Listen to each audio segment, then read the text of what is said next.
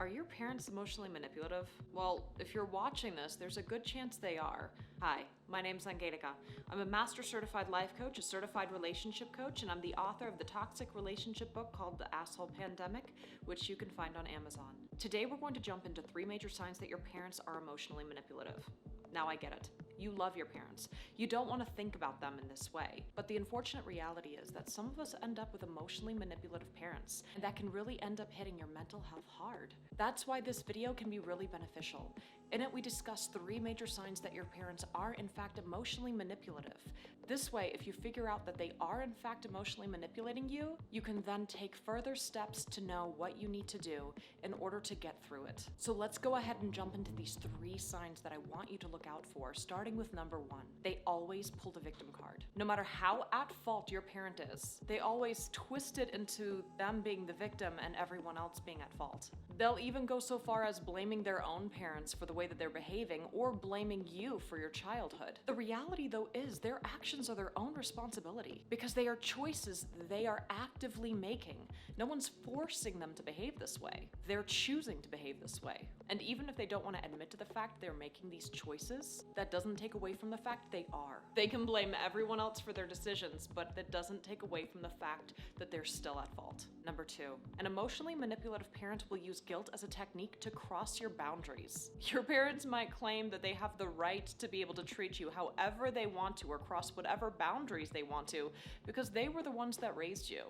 They might claim that you were a terrible child or that you did A, B, and C whenever you were in your college years that they had to put up with and now you have to put up with them. They might remind you that they only have a certain amount of time left or remind you that they're your parents and you're supposed to respect and obey everything they say no matter how old you are. Your parents don't actually have the right to treat you however they want to.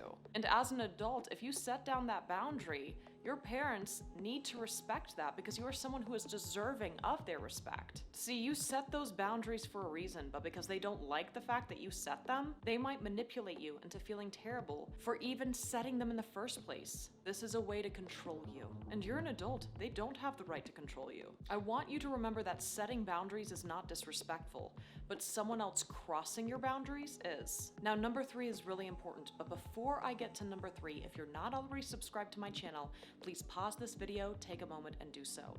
Life is complicated and it has its ups and downs. I post weekly videos to help you get through these times. Let's go ahead and hop right into number 3. Your parents make you feel guilty for expressing how you feel, or they degrade you for expressing how you feel. See, doing something like that is actually a form of gaslighting, and creating that environment makes it an unsafe place for you to open up, which makes you less likely to open up to them. People like this tend not to acknowledge when they themselves are doing something wrong.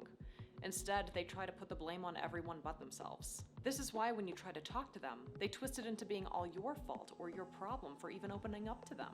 They might try to diminish your character or tell you to toughen up. But you're not the problem. They are. And this isn't a matter of toughening up. Your vulnerability is a strength. The problem isn't you, but it is the way they're treating you. Anyone who makes you feel guilty for opening up to them is the problem, because what this does is it ends up encouraging you to no longer speak about what's on your mind. It's a disempowering feeling, and through this, it enables them to be able to continue their destructive behavior. So now I want to hear from you. What are some things your parents have done to manipulate you? I would love to hear about your experiences in the comments section. Thank you so much for taking the time to watch my video. Be sure to check out my other videos on manipulation. I hope you have a wonderful day.